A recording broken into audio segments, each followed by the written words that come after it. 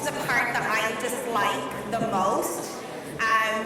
As much as we have had so many gems dropped on us today at ShipperCon 2024, the reason I dislike this part is because of the fact that I'm introducing our last speaker, which means that our time, unfortunately, is coming to a close. Don't worry, we got the after party, so we still don't see each other later, so it's okay, don't worry. Our last speaker for ShipperCon 2024 is Patrick Kwa, whose journey started over a decade ago with a visit to Brazil to coach some tech leads, which essentially led him onto his trajectory where he is right now. He's currently focused on accelerating the journey of leaders in the tech space through services such as training workshops for our leaders, staff engineers, and engineering managers, and coaching services for CTOs and VPs of engineering. Patrick has 20 years industry experience. He's an author. He is well seasoned in the game of conference speaking and described by his peers as passionate. So essentially, if you're ever thinking about what kind of rating is that, for me, it's definitely a 10. So guys, I want you to give the biggest round of applause for our last speaker for 2024 ShipperCon, Patrick Kwa.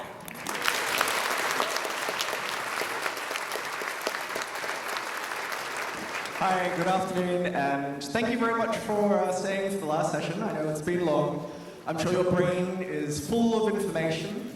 And so I want to take a little bit of a different tack today and share a few personal stories to talk about personal flow. We've heard a lot about organizational flow. We've heard a lot about team flow. And I'll share a few experiences of mine where I felt I experienced flow. And I also hope to give you some practical things that you can do so you can discover flow in your own environment. If you do have questions, I'm not sure we'll have time for them, feel free to email me, or you can @me at Twitter as well. That's perfectly easy to reach me there. As DK mentioned, I run the Tech Lead Academy, where I do training and coaching of CTOs, so you can also talk to me about that topic after the event. And I've written a number of books. None of them are exactly the topic that we talk about today, but you can also talk to me about any of those themes if you'd like. As I mentioned, I want to cover 3 stories throughout my career. I've been working, it's a little bit like I feel really old, more than 20 years in the industry. And so I have a few stories to share with you and hopefully end with some useful lessons learned that you can also take part. Before we begin though, in our first story, I'd like to understand a little bit about the people that we have in the room. Yes, a little bit of audience interaction. I'm sorry. I'd like you to all please stand up, please. All right. Now, if you've been in the industry for 1 or 2 years, I'd like you to please take a seat. If you've been in the industry for maybe 3 to 5 years, could you please take a seat? From between 6 and 10 years? Between 11 and 15 years? More than 20, up to 20 years, please take a seat. And lots of very experienced people, so thank you very much. This is really wonderful. I mean, one of the interesting things I get to do, so give yourself a round of applause. Well done. I find it interesting when I do training because I've been working in the industry for a while, and I try to make sure I have some relevant examples. And sometimes with the newer generation in particular, some of the old tooling doesn't quite resonate, so I have to think about the relevant examples here. We've got a really broad stretch of experience here, and particularly for some of you who've been around as long as I have, some of these stories might bring back memories, hopefully no traumatic ones. But I do want to go back to the very beginning of my career, and I started at the end of the dot-com boom. Funny story, I actually got fired before I even started my first job. So, I got a graduate role in Brisbane, that's where I started in Australia, and actually they closed the office, so my position disappeared. I got redundancy before even starting. Different times. I've seen a few cycles of that now. We're in one of those cycles, but things will get better over time. Now, software in those days was quite different, and on one of the projects that I was working on, I was actually lucky enough to be working for a very large project. We were working on a sort of R&D project, a healthcare repository. For the team that I was on, we were distributed across, I was based in Australia, working with a team in India, and then 2 parts of the US. But the broader program was several hundred people, so quite a large body of work. Now, time zone differences aren't great with any part of Australia, if you've ever lived there. And, you can imagine we spent a lot of time trying to coordinate with some of the team people that we had, because central management was based in parts of the US. Now, back in those days, things were done very, very differently from how we build software today. And waterfall was pretty standard sort of styles of how we worked. So as a developer, we got this huge specifications document. Being in healthcare, regulated sort of industry, we had a lot of standards to read through. And part of our task as a developer was to come up with a design doc, right? We had to come up through all the different requirements and think about how we would design the system. We would have phases where we would have to get sign-off and get feedback from architects and other parts of the organization to make sure things all work together, with the hopes of one day, being a developer, actually getting to write some code, right? That was the exciting thing that I was really driven by. Now, in those days, we didn't have Zoom, we didn't have smartphones, and so we spent a lot of time, anyone recognize this? Polygon phones. We spent a lot of time in meetings, hanging around one of these things. Now, because of the time zone difference, in Australia we actually had our mornings mostly free, and then as the US had some good overlap, we used to spend most of our afternoons on meetings with people in the US. Now, with 300 people, that's a lot of people to coordinate, and at that time we were aiming for a cadence of a 9-month release cycle. So things were really, really done differently at that point. As a developer, I was bored. I was a graduate programmer, right? I was like, give me something to do. And here I am spending a lot of time in meetings, everyone developer's nightmare, writing documentation instead of writing code. Now, I was trying to understand what could I do, considering I had a lot of downtime, and one of the things that I decided to do was start to read a lot of information. Once again, the body of knowledge that we have today is so different, like accessible through things like ChatGPT now, but even just the repository of blogs and public information was not out there. But what we did have was a growing body of interesting published books. And so I was really lucky to come across some really influential books that I read, because I had a lot of time in my hand, about things like design patterns, The Gang of Four, right? So a very old classic. I came across The Pragmatic Programmer, from journeyman to, I think, apprentice or mastery. Right? Software craftsmanship, this idea of really taking care of tooling. I really dived into Martin Fowler's refactoring book. I could understand what we were trying to do. We didn't have automated refactoring tools back then. It was just the idea of what does it mean to refactor code and produce readable, maintainable code. And early days, the first edition of the Extreme Programming Explained book, which is often called the White Book. Now, for me, this was really the right timing, because here I was working on this massive project with 300 people. I could see all of the problems that this book was trying to resolve, right? Long release cycles, departments and handoffs from team to team, going through phases, and as a developer, I wanted to see value. I wanted to feel like I was productive, and extreme programming is one of those things where I felt could actually help us. I was lucky enough that our R&D product department were experimenting with a lot of different things, not just the product, but also the processes. And so we were actually thinking about exploring how do we use some of these tools and techniques.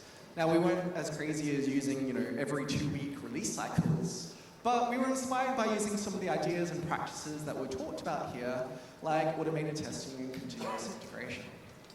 Now, here I was really, really bored, and like with every developer or in any sort of product management sort of place, you have a manager. And I would often say to my manager in one-to-ones, like, what can I do? I'm really bored, I want to code, I've joined as a developer, when do I get to code? Months after being on calls and in lots of meetings, writing documentation, at some point, my manager said to me, so there was lots of meetings, he said to me, I want to give you one of my side projects. As a manager, I spend all of my time in meetings. I also would like to code, and I have some ideas about what would be useful to code, but I'm just always in meetings. If I'm not on a remote call with somebody, then I'm in meetings with other managers to make sure that things would be moving at pace according to our schedule. And so I was really lucky enough, I'd pestered my manager long enough, I was like, fine, Pat, go off and do one of my side projects. And for me, it was a really interesting side project.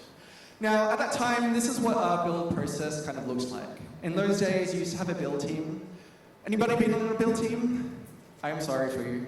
So painful, right? Hard days. It was like one of the most stressful parts as people were coming up with that build candidate. And one of the interesting things during those days is we had proprietary source control systems. You used to have to pay licensing for your source control systems. And so there was this archaic one that we had to use. We had to learn how to use these command line tools to be able to check code in so that our build team could potentially come up with a release candidate. Now, being inspired by some of the ideas from the first edition of Extreme Programming Explained, we were excited to experiment with the ideas behind continuous integration. And we were actually fortunate enough that one of the first tools that was published was Cruise Control. And this was the first implementation, Java implementation of continuous integration. Now, one of the prerequisites of using Cruise Control back then was you had to use CVS. Anyone use CVS? Yeah, there we go. Ooh, lots! Oh, sometimes I do this and nobody puts their hand up. I'm like, definitely a different generation. Now, for some of you who aren't familiar with CVS, just a little bit of a history here, is most of you probably are used to Git. Yes, Mercurial is technically like the Betamax of source control, but didn't quite succeed. Git became very popular. And then we had Subversion. Before Subversion, we had CVS as probably one of the most popular, at least open source things. And there were a couple of other variants of source control systems. And so here we were on a proprietary source control system, and we wanted to use Cruise Control. But to do that, we needed to use CVS. Now, this was the side project that my manager had, is like, what's an implementation that we can use that allows us to benefit from continuous integration? How do we effectively glue these systems together? Now, back then, the preferred glue language was Perl. Anyone done Perl? Yes, I'm with you there. And you know, Perl was like one of those easy languages, very flexible. It's maybe the JavaScript of today, right? You can get a lot of things done.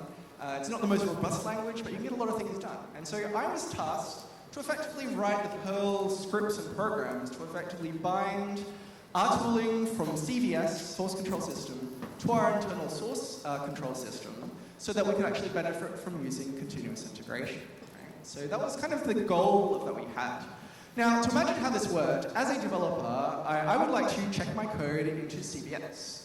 As a result of that process, Cruise Control would be monitoring for changes and then eventually trigger a build process. Of course, those build reports would get published. At the same time, by checking into CVS, there was a way to actually trigger a Perl program to then synchronously check these things into our proprietary source control system. And then our official build team would be able to, at some point, create the official release candidate through the normal processes and official channels, right? So here we were, the R&D experimental team, playing around with these new toolings, and I was responsible for building this glue code that put things together. Now, I'd never written a production system before, right? I was like very early in my career. But it was a really exciting opportunity for me to play around with Perl and all of these ideas, and you know, feel like I could actually be productive. So some of the things that I had to get my Perl script to do was, firstly, we didn't have nice APIs in Dada. Like, you got the CVS output, and I had to scrape through logs to find versions, right? So that was one thing that I had to do. And as a result, you know, when I pushed the code into the internal source control system, we had traceability. So we could say this code was related to this CVS version in this previous version, so we could track changes throughout the entire process. Of course, I had to then learn all the internal archaic commands of triggering the internal source control system. It was designed for a human, not necessarily for a robot or an automated program, and so I had to work out how I'd exercise that with the right permissions and situations. Of course, we had tags and branches as well, right? So we had candidates, we had potentials, and you also had this in CVS, and I had to work out how we mirrored some of these errors. Edge cases, and then of course how to deal with all of the different exceptions as well. And so, you know, I think I remember one development manager who thought, you know, I think this is a good afternoon task, typical manager thing. How hard could it be? I remember him sitting down with me, it was like Friday at 11 o'clock, going, hey Pat, do you think we could pair on this and get this done by the end of the day? I was like, no, but sure, we can give it a go, right? Like, I think it's a lot more complex. You know, he sat down on my computer, and I started to quickly work out he was one of those non-technical managers. Like, he looked at VI, blink, blink, didn't quite know what to type in. You know, we started to work on some things, and I could see this would take a lot longer. Back then, traditions in Australia is on Friday, we go to the pub, And so at some point I left this manager there.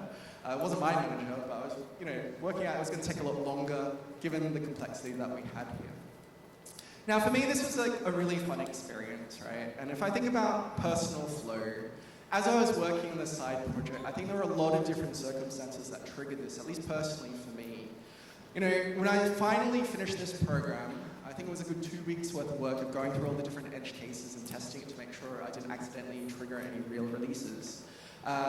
It was being used by this entire set of people around the world, right? That was really exciting. It was also scary, right? As a graduate programmer, like I could do this thing and it's affecting everybody on this huge sort of visible research project.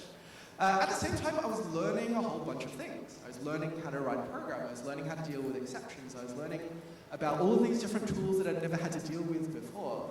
And I felt I had a lot of ownership.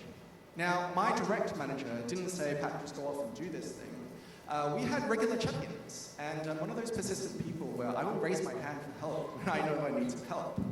Even though my manager was in meetings, I'd be like, when can we talk? I'm kind of blocked, I need some help. And so he was there to provide support. And the good thing about my manager, he was quite technical, so even though if he didn't understand the specifics of what I was actually working on, we could whiteboard that situation and talk about how I could have maybe moved that program forward. And so for me, that was a really great example of thinking about personal flow. Let's move forward a little bit. So another 5-6 years later, I was working as a consultant, and I just moved from Australia to the UK. This was one of my first projects in the UK. And I was really excited. It's like, new country, new project, new client, really exciting. It was also relatively early in what I think of proper consulting, trying to help an organization. And when I joined this client, it was really depressing. All right? There was this mood of somber boredom. In some parts of this organization, there were some political things where, I'd never ever seen people literally fight in a stand-up. There was some team that was really aggressive, where people actually started hitting each other. Literally, it was a really strange environment. So there were pockets of places where people were simply waiting for work. Other pockets where there was high stress. And I think one of the reasons for this is there was a huge proportion of people in this contractor sort of mentality. So it would not be infrequent that half a team was pretty much contractors, and if they didn't have work, they would disappear off to the pub and not come back to work. And it was tolerated. I was like, this company has a lot of money. But it was interesting for me because the project that I was working on was an order management system. It was kind of key to the money making for this particular business. It was 2 very large systems, so more than 500 million lines of code at that time. A lot of people had worked on this over time. There was a lot of technical debt, right? So there was a lot of releases, a lot of history, a lot of things that hadn't been cleaned up. And it was a very profitable business. So they needed to continue it to keep working and keep evolving. It was also, interestingly, the origins of where CD came from. So if you ever talk to Jez, Jez was on the release team, working with a number of other people with some of the early ideas of what became the continuous delivery sort of book. And so I found it super fascinating because I was learning all of these new processes, of which there was no book yet, and I felt it was really advanced. There was a lot of things to learn, and yet people were disengaged and maybe stressed in other parts as well. Now, in one part of the system, there was orders, and this company, every quarter, would create new offers for new orders to attract new customers.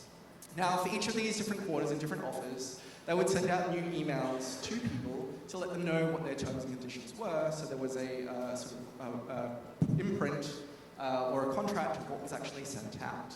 But given how many people had worked in the system, they had had an originally clever approach, naturally a templating system with fragments so that we reuse and reshare some parts of our email templates. But given the number of quarters that had evolved over the system and the number of offers, there was a whole bunch of if-else statements. Now, can you imagine what happens with a lot of if-else? Just add that one extra if-else statement. We sat down and we did a bit of analysis because they had a lot of problems with emails. There was more than 3.5 million email combinations that could be sent out to customers. No one had any idea what was being sent out to people, right? And this was a huge problem for legal because that was their contract. They had said these are the terms and conditions, but they couldn't prove it because they had no idea what was actually getting sent out. And part of this was because there was little feedback to marketing and email, to marketing and legal about, are these offers still relevant? Can we simplify the code base instead of having these potentially millions of combinations of emails? And so as a result, there was an initiative to effectively re-architect, but they described it as a refactor, the email sort of system. And I ended up sort of a sub-team working on this particular project. The goal here was we give marketing ownership of the emails and templates.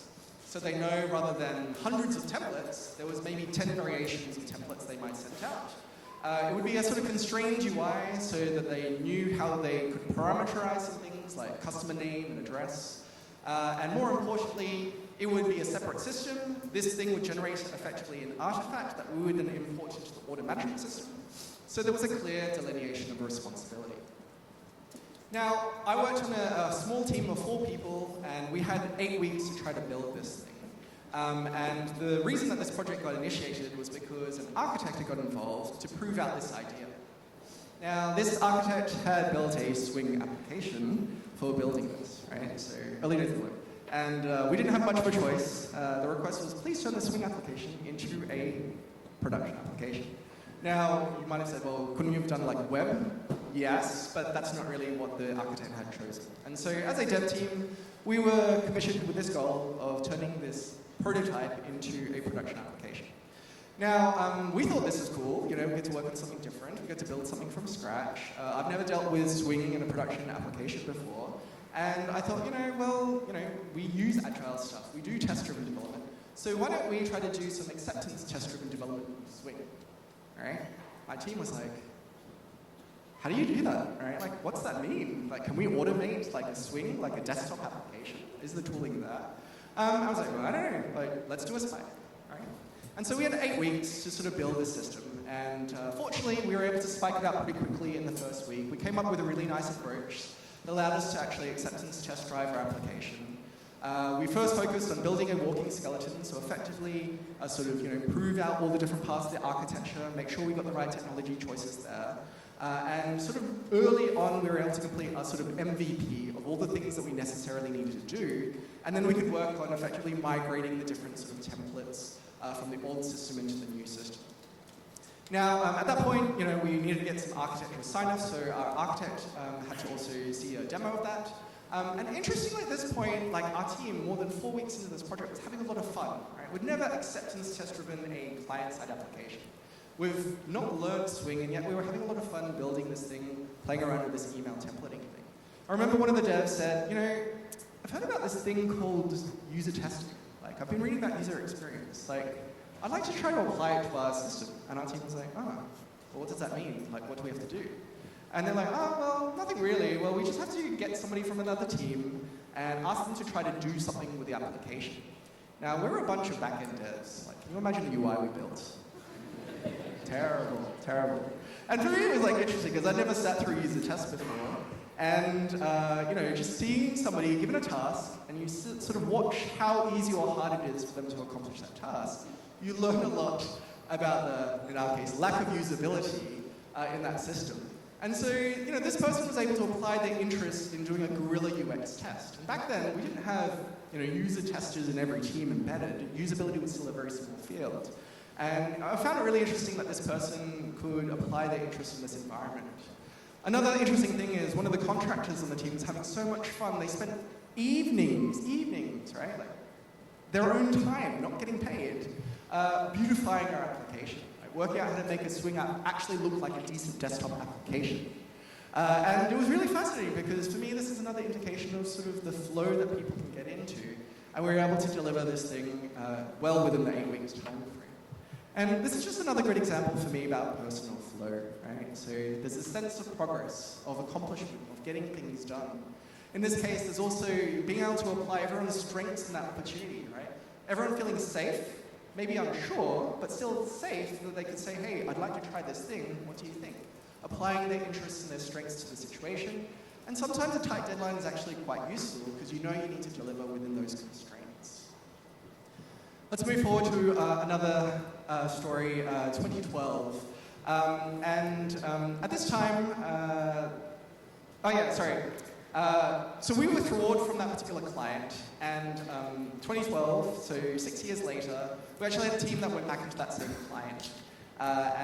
Interestingly, the application was still running in production. And they said, oh, this app had been running and there'd only ever been one bug in production. Interestingly, that was also a bug that was explicitly deprioritized. Ampersand and stuff like that would never happen, right?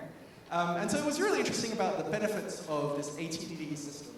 And one of the original devs who was part of that team was still around this particular client and actually said it was one of their best team experiences ever, right? And so I think it's a really good indicator about what can happen when you're in flow. But then let's move on, in this year, just before Christmas, I remember joining a potential client. We go through typically an interview process to make sure that they're comfortable with who joins the client. They were happy with how everything went, but because there was so much pressure for this particular client, they said, can we have 20 devs tomorrow? Right? It's like, what are they all going to do? Like, we're just starting to build this new system, right? There was a lot of pressure.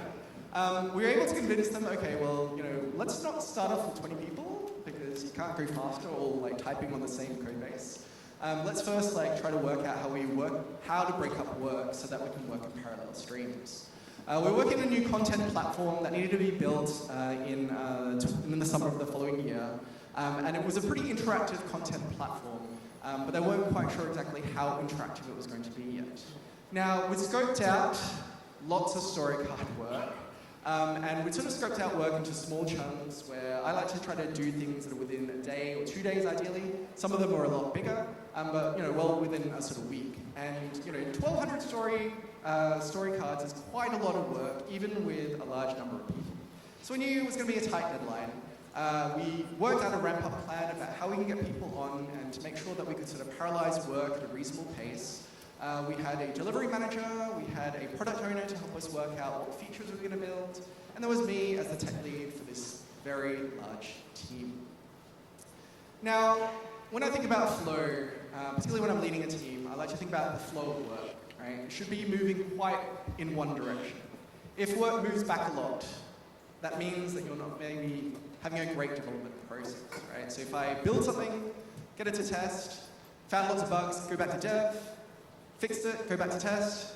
It's not flowing in one different way. And one way that as a tech lead I encourage people to focus on is getting involved early to help shape technical decisions, to make sure you minimize technical rework, right?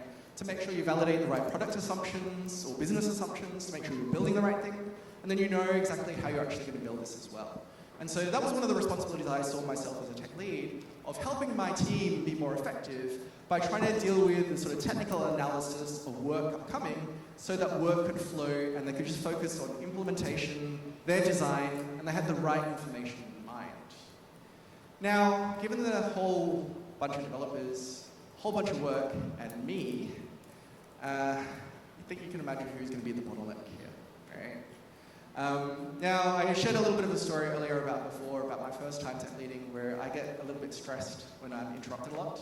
That was happening a lot in this particular situation, right? So I was in a lot of meetings, I was on fire, and it wasn't a great time for me. I was losing a lot of sleep. I did not sleep very well throughout this entire part, and I got really, really stressed.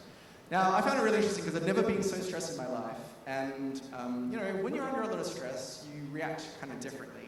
And I was looking at ways to manage that stress. And one of the things I ended up doing was actually taking up running. I am not a runner. It was the worst mistake.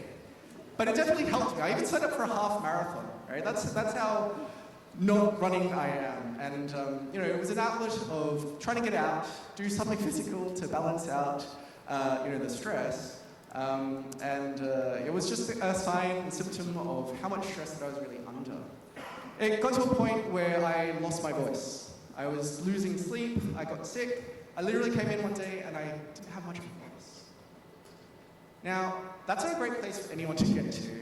And I was fortunate enough, I was working with a really good delivery manager and said, Pat, look, stop, go home, take 3 days off. Don't check your email, think about what's going on, but just recuperate, right? Take care of yourself first, because you're not helping your team if you burn yourself out. And during that time frame, it really helped me reflect on, what was going on. There's this old saying of what I'm doing is not working now, and what got me here won't get me there.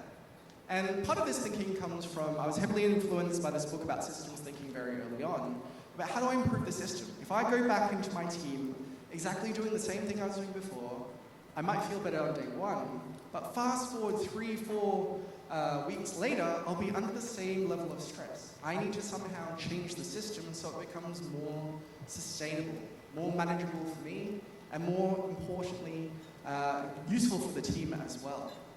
And so one of the things I introduced was feature leads. So Sam talked previously about DSCM, they talked about feature teams, and I remember reading an article about DSCM talking about feature leads per feature team. I was like, oh, maybe there's an idea that I can introduce. And so the feature lead that I introduced was a person who was going to be owning a particular feature area. And their goal was to drive the sort of discovery, so the things that I would do as a tech lead through thinking about the scope, the quality, trying to make sure that the sort of scope was reasonable and the assumptions fairly fleshed out.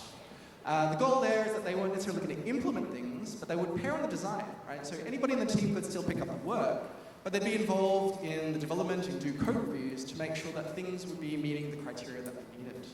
And some of these people were new to designing things, and so some of them needed more of my support there as well. But, you know, it worked out really well, is that people felt really engaged. Other people who were seeing their roles as developers started to feel like they were having more ownership of architecture, of design. Some people, and I chose like a more volunteer approach. So I said, here are the feature leads I'm looking for, please sign up. And people, you know, picked up the things that they cared about. So work flowed through the system as a result. I was a lot calmer, people grew up a lot more, and there was definitely better personal focus and flow for everyone in the team. So let's quickly cover some lessons learned that I hope you can apply in your own personal environment. Firstly, flow is uneven. It's not constant, right? You go through peaks and troughs, and it's okay to go through these peaks and troughs. Sometimes, you know, you have your flow, and sometimes you don't, right? That's okay. But it's the nature of flows that's uneven like you do have with water. Don't wait for flow to find you, right? You have to find what's possible within the environments that you have. Focus on your sort of locus of control is one of the topics that we heard before. Right? Think about the things that you can get to flow into, given the environment that you're working in.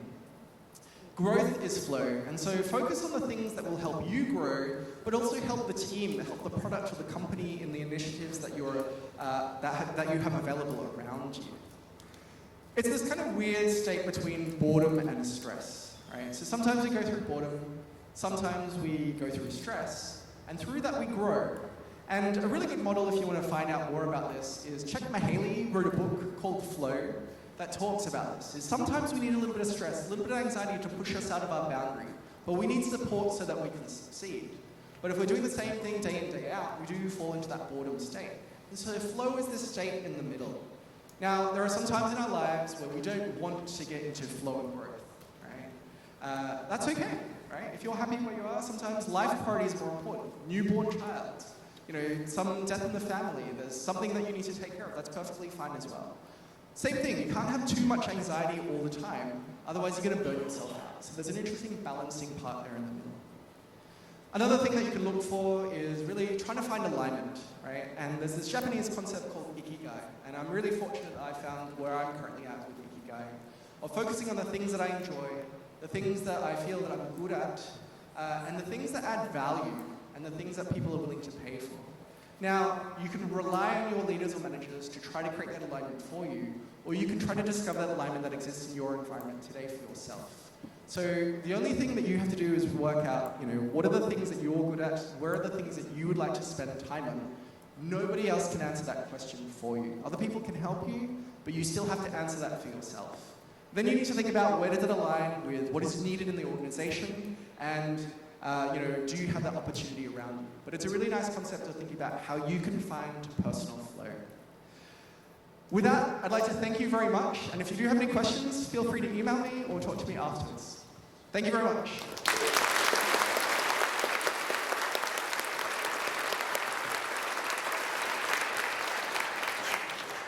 Thank you, Patrick, for your insights and also dropping our last golden nuggets for ShipperCon 2024. cheer. So before we move on to the prizes, and I know you guys are like, where's my money? Where's my PlayStation? Did I get the Lego or not? Because I'm ready to go. I'd like to invite Vicky from Coding Grace up, if that is okay. Where is she? Oh, there she is. Sorry. I don't have my glasses on as well, so everyone right now is a blur, so it's great.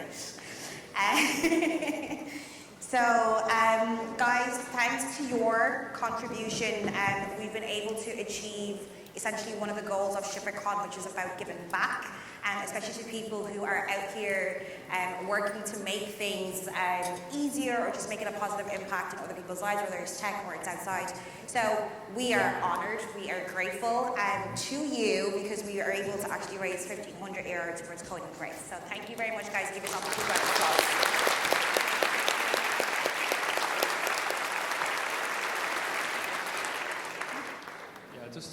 Just while Vicky's here, I just want to say a big thank you to Vicky. The amount of work that Vicky and her husband do in the tech community in Ireland is just amazing. So yeah, it's a big thank you down here on stage. Coding Grace is a community that we've been following quite closely. They're trying to move the needle on diversity in tech, and we need more communities and more support and more people like Vicky. So, thank you. Woo!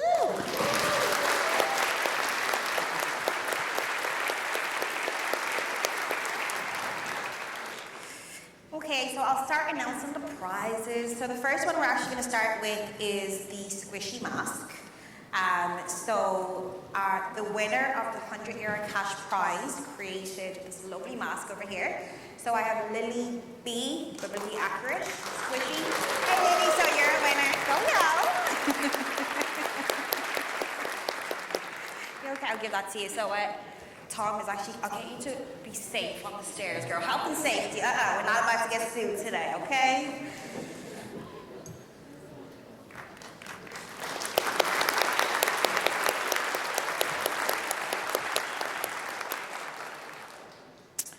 Okay, so we're going to start with the rest of the prizes. So I will ask some of our volunteers to come up, if that's okay. Sorry, just 1 second, guys. Okay, sorry. My bad. I lost my train. I'm just ready for a drink now, so I'm just messed up. So you guys will have noticed throughout the day that you had Klaus Smith had a competition running as well. So before you go as well, just make sure you get your swag because they got some caps and stickers. Clean them all out, okay? So there is a Lego set that is up for grabs for today. So I have the winner. So can someone do a drum roll on the table, or all of you just do a drum roll so we can get some excitement? Well, so for Klaus Smith, I'll have Hillary here who's going to give. The Klaus Smith prize is going to go to Robert Keogh. Yay! I'll get you to stand on this side and take a picture.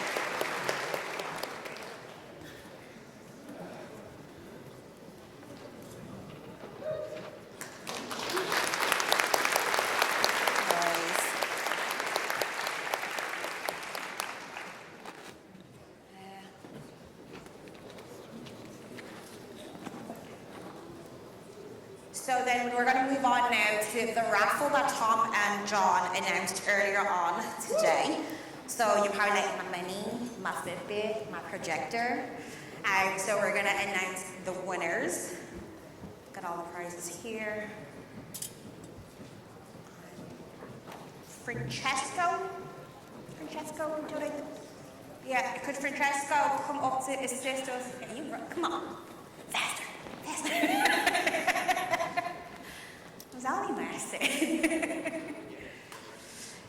Okay, so I'm going to get you guys to do the drum again. Okay, so the first prize is going to be the €50 cash draw.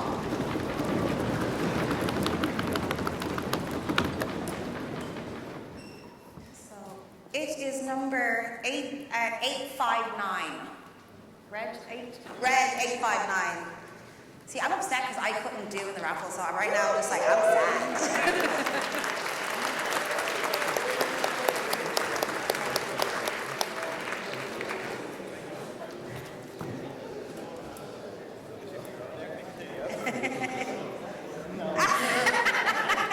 Okay, you stop for the PlayStation. I wish we all could, wouldn't we?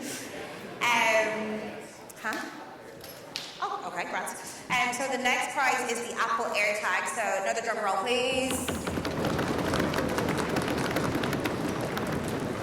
And it is blue 26. Yay! Dennis, for Lego? Okay. Sorry.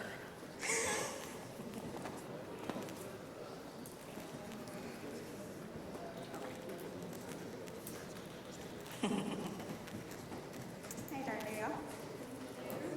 Well done. Congratulations. So our next prize, as shown here by John George, so give us a pose, is the full right Lego. So guys, once again, drum roll, please.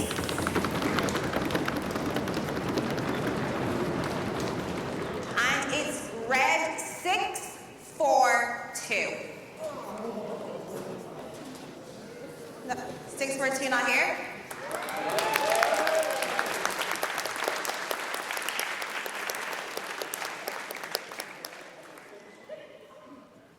You best run if you want your prize.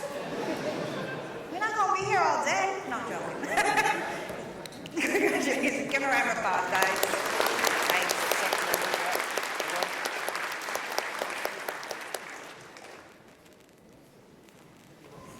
The next prize then is going to be the space Lego from Honeycomb. So once again, drum roll, please.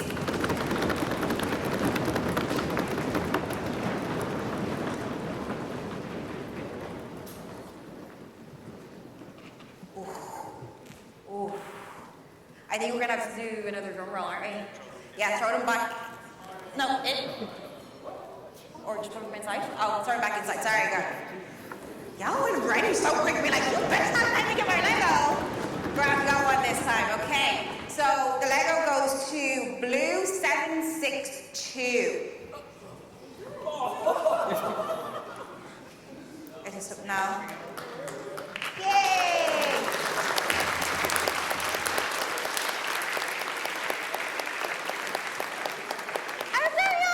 Girl, let me check your ticket, because I need to make sure that you ain't out here cheating. Okay, she wins. She wins. Yeah, you are. Thank you. Up next, then we've got the Fitbit. So one more time, drum roll.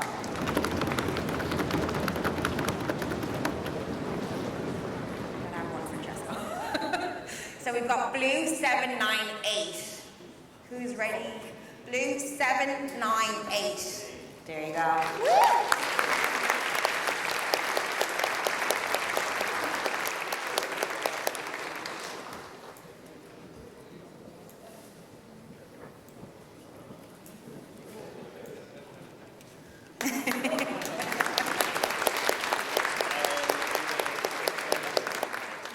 Projector. Okay, so the next one is the projector. Drum roll, please.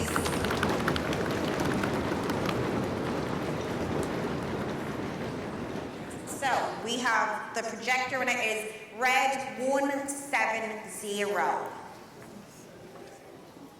No? You gone home? Can I keep it? Or no? Oh, you need to make some noise there, because I was going to go home with your prize. Perfect. Yep, go ahead. Get your prize.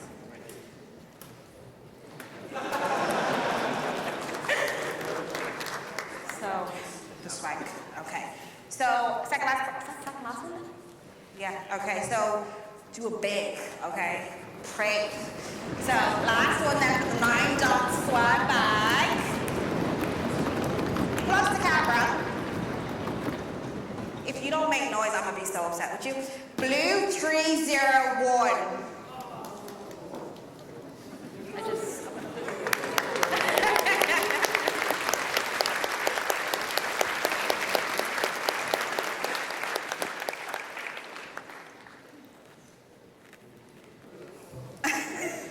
Health safety, but it's okay. This one. Thank you. Yep, there you go.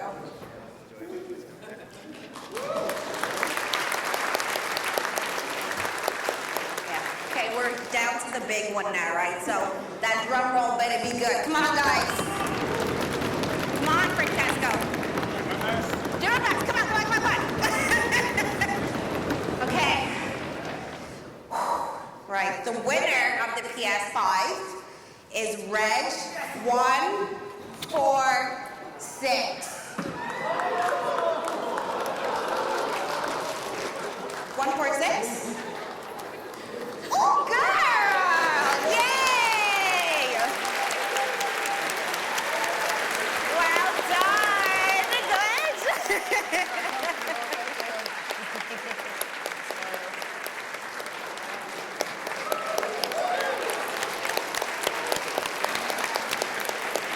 Are you going to say any words? Are you guys going to say Guys, it is that time of the day. It is the end. Thank you. You have been amazing attendees. Thank you for participating in the raffles. Thank you for helping us contribute. Thank you for essentially being the core of why we hold this every year. So we really do hope you've enjoyed yourselves. If you want to come back next year and you're interested in sponsoring, give me your money. Make sure that you contact John and Tom. We will be holding the after party at the Hive. Guys, thank you so much. Give yourselves one last big ass round of applause because we did it for 2024. Wow!